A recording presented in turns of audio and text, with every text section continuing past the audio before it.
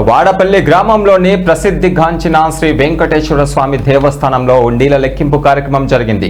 గత 27 రోజుల కోసం సుమారుగా 1.82 కోట్ల ఆదాయం లభించినట్లుగా ఆలయ అధికారులు వెల్లడించారు.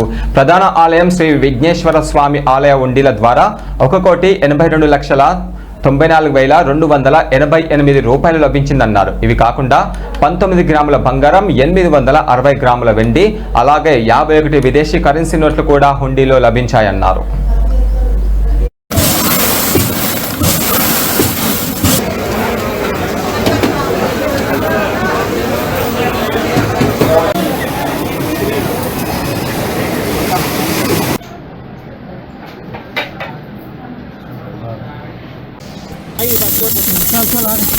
సరిపోతుందండి. ఆత్రేయపురం మండలం వాడపల్లి గ్రామంలో వేంచేస్తున్న స్వయంభూ వెంకటేశ్వర స్వామి వారి దేవాలయంలో మార్చ్ ఎండింగ్ అకౌంట్ క్లోజింగ్ సందర్భంగా మరి 27 రోజులకే ఈ రోజున హుండీలు తెరవడం జరిగింది. స్వామివారి మెయిన్ హుండీ ద్వారా 1,47,36,474 రూపాయలు, అన్నప్రసాదం హుండీల ద్వారా 35,57,814 వెరసి మొత్తం 1,82,94,288 రూపాయలుగా రావడం జరిగింది.